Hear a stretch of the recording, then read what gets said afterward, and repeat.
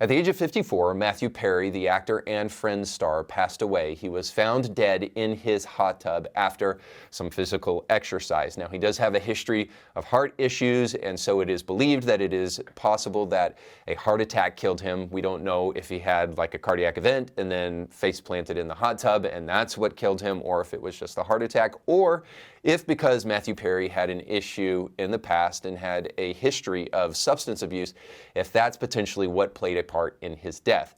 Now, I don't want to engage in too much conjecture here, but I do want to talk about it because I believe that there is something redemptive from the conversation about Matthew Perry's activism, even a little bit of his life, and more importantly, even his death, and what we might be able to learn about that. Somebody once said that death is one of life's greatest teachers. So I know that early on there are people who will respond negatively to a conversation about what potentially caused Matthew's death, and then also talking about his death in general, because there are a lot of people who think because he was a Friends star that he was also their friend, so they have the right to kind of freak out about anybody who wants to do anything other than praise him for his great career. Now, I do want to take time to do that because I do think he had a great career, and he was certainly a wonderful talent.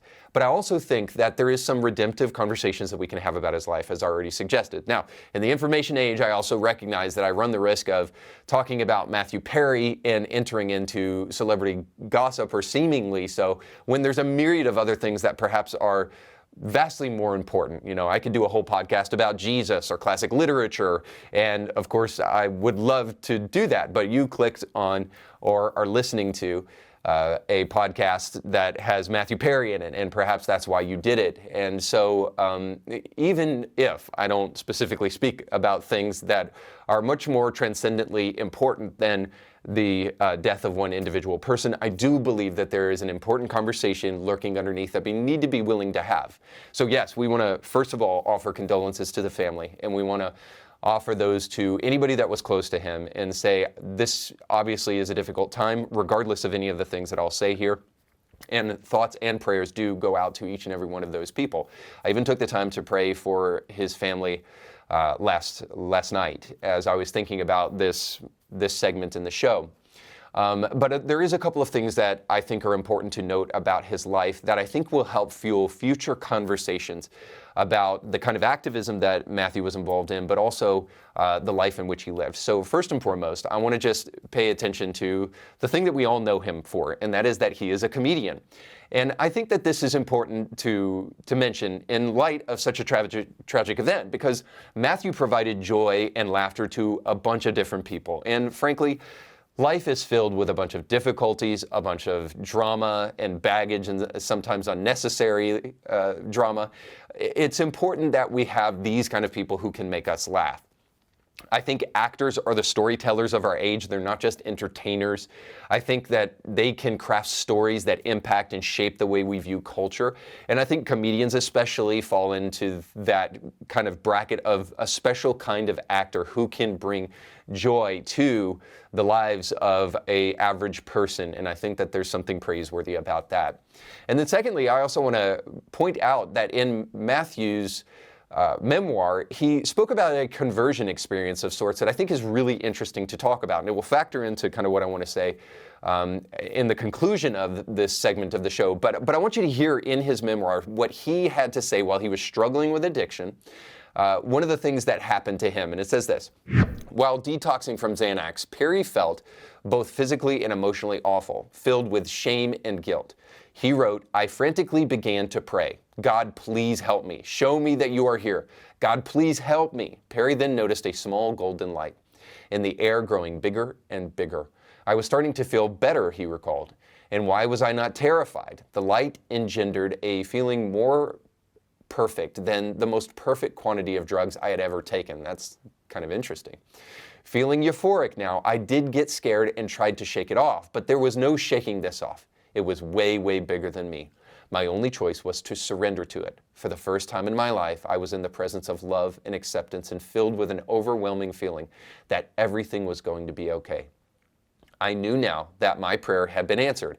I was in the presence of God. Bill Wilson, who created AA, saved was saved by a lightning bolt through the window experience where he felt he was meeting God. This was mine. I stayed sober for 2 years based solely on that moment, Perry continued. God had shown me a sliver of what life could be. He had saved me that day, and for all days, no matter what. He had turned me into a seeker, not only of sobriety and truth, but also of Him. He had opened a window and closed it as if to say, now go earn this. Nowadays, when a particular darkness hits me, I find myself wandering back to that experience. Was that just Xanax insanity? But quickly I return to the truth of the golden light. When I am sober, I can still see it, remember what it did for me. Some might write it off as a near-death experience, but I was there and it was God. Now I love that, and in light of Halloween being right around the corner, I would say that's almost spooky, right? But there's a better word for it. It's powerful and it's supernatural. Now, I would have liked much more if beyond just the word God, which can just mean a number of different things, if it was a little bit more direct. I mean, Bill Wilson, the AA guy, makes no mistake about the fact that his program is derived from Christian scripture and Christian principles. And the reason this is so important is that this is not just to undermine what happened with Perry or anything like that, but it is to say that undeniably, when you can embody an experience like that beyond just the experience and the phenomenology of that, but actually embody it in a person and in a relationship with a real living God that speaks to you and that you speak to Him, if you can do that, it really helps whatever that experience was to stick around. Let me give you kind of a for instance for this. If you go to Disney World, you can remember that. I mean, you can remember that your whole life. You probably remember going to Disney World as a kid. Hopefully you've boycotted them and maybe going somewhere else these days. But you remember that as a young kid, but some of those experiences don't always stick around. You just kind of generally remember, hey, I think it was fun and I went there. I remember going there as a kid and try to associate some kind of positive emotion with it. That's fine.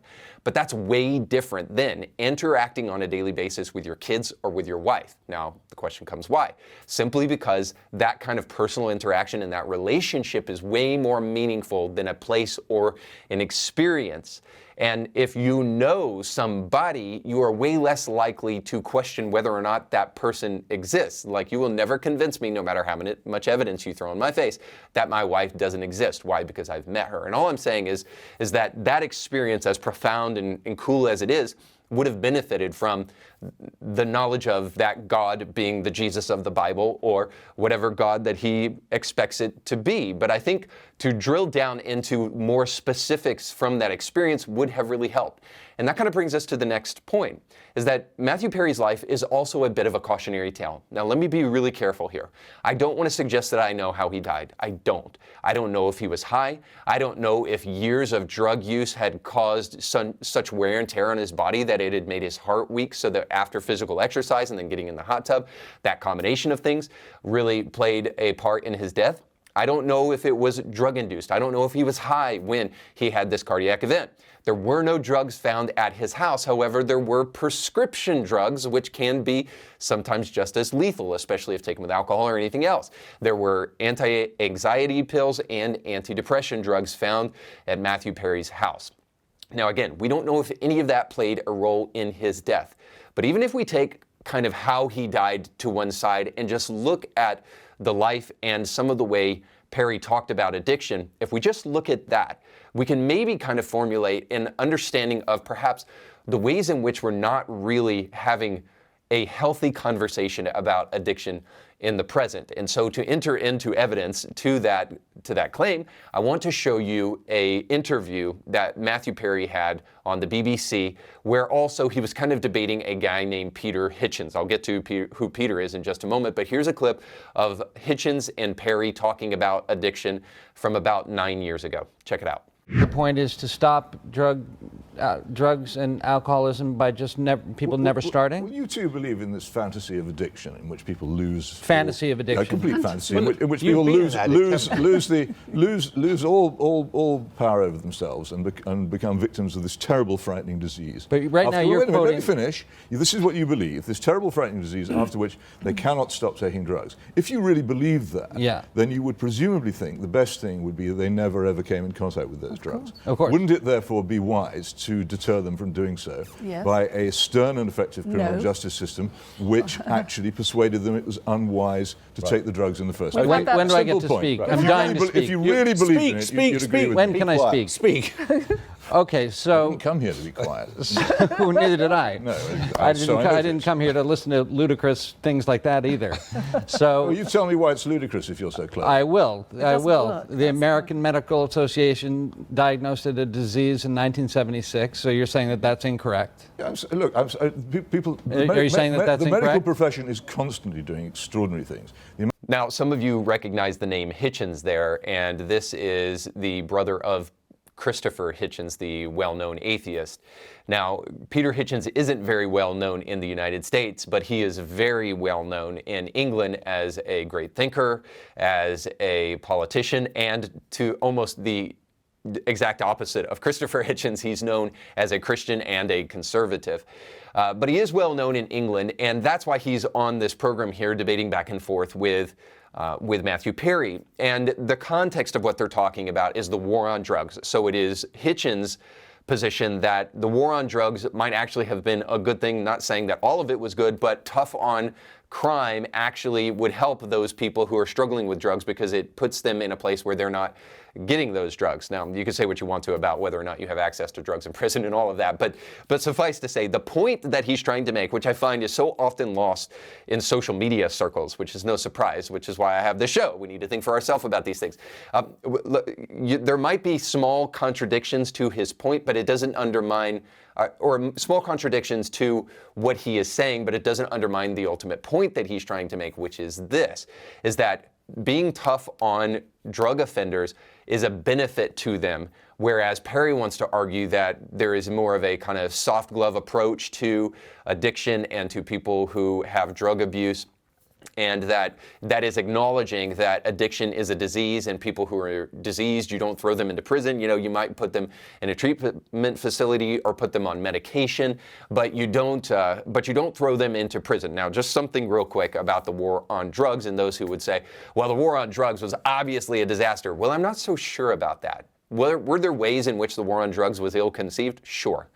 But is the present way in which we're combating drugs with the Biden administration's kind of safe drug use approach, is that helping people? Well, go to Seattle, go to Portland, go to Philadelphia, and go look at the kind of drug zombies littering the streets all over those major cities. And you tell me if the promotion of safe drug use is better for people than the war on drugs. Sure, the war on drugs caused petty criminals to go into jail and increase the incarceration rate exponentially. And then people even argue that it was also really devastating for people in marginalized communities and racial minorities and all of that.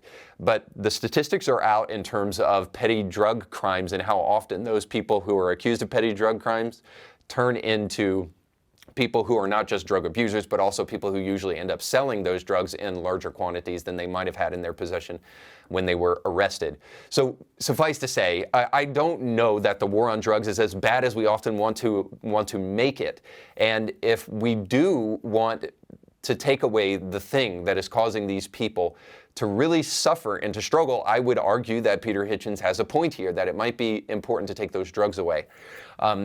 Beyond that, when we lean into kind of Matthew Perry's argument here, his argument that addiction is a disease is actually kind of problematic, because ultimately, if it is a disease, well, how do you treat a disease? Sure, you don't put them in the prison, but you also do something else.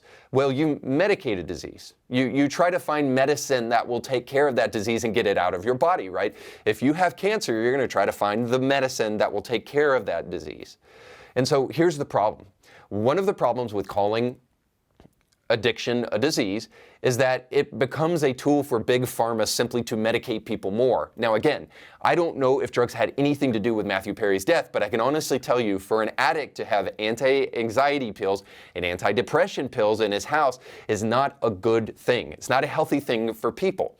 And of course, the response back to this is very often, and it was for Matthew Perry, well, you must know something that the American Medical Association doesn't know, because they classify addiction as a disease. Now, that kind of credentialism might be useful if there was actually any objective facts associated with that. But what you have to know about the American Medical Association is that they are far beyond a medical association and really more like a left-wing propagandist group, because the American Medical Association has gone on record for doing a couple of things. First of all, they want to make sure that they eliminate all work requirements for anybody that are on food stamps, WIC, or SNAP. So if you're getting free food from the government, then there doesn't need to be a work requirement. Now, we could argue about that all day long, but more importantly, the one thing that is inarguable is that the AMA should have absolutely nothing to say about work requirements for food stamps. Furthermore, they have something to say about immigration. And the AMA has gone on record saying that detention centers should be eliminated. So apparently they're willing to give us their immigration policy, and oddly enough, it sounds a lot like the left. And then finally, you are probably aware of the fact that the AMA has gone on record saying that we should eliminate gender on birth certificates. I guess we do that because biological science doesn't really matter to the AMA, and a boy or a girl doesn't really know if they're a boy or a girl until a feeling hits them one day, and then they can finally decide. After cross-sex hormones and, of course, butchering their body, then they can finally decide whether they're a boy or a girl or not. So as you can see, the AMA is not really a medical association as much as they are a propagandistic association. But this brings us to the most important part of classifying addiction as a disease. This is what Hitchens actually means when he says the fantasy of addiction. He doesn't mean that addiction is a fantasy. Of course, I'm maybe putting words in his mouth, but at least I'll tell you what I think. Addiction isn't a fantasy in the sense that your body will become dependent upon a substance if you take it enough, and you have to have that substance, and your body craves that substance.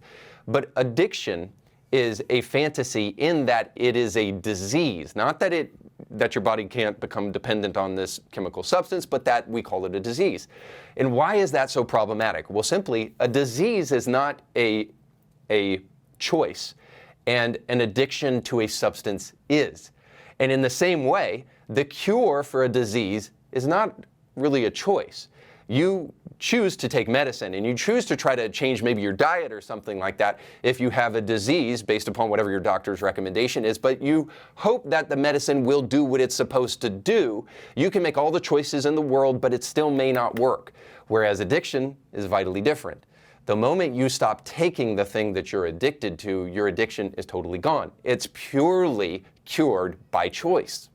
What Hitchens is simply arguing here is that if we promote the idea that addiction is a disease, then we take away the thing that you need to truly get better. So this is important. If you really care about people, you will care about the way that we discuss addiction. If there was a drug associated with Matthew Perry's death, and even if there wasn't, I think the lesson here is that the way in which Perry decided to speak about drug addiction was not the best and most healthy way that we can talk about it, and I would argue, something that doesn't really reflect his own personal life and his own personal experiences. See, I think we have to change the way we think about addiction if we're truly going to help people, or maybe even if you're an addict yourself, overcoming that addiction. We have to change the way we think about addiction, and we have to start talking about it as a soul issue, as an issue of the heart. If we can't solve our spiritual issues, we may not be able to solve our addiction issues. So you just got done watching a small excerpt of a much larger episode. You can find the link to that full episode down below in the description of this video. So you definitely want to check that out, because if you like that clip, you'll like the much larger episode. And while you're at it, don't forget to like, share, and subscribe, and click that little bell to be notified when great new episodes of Indie Thinker come your way. Thanks for watching.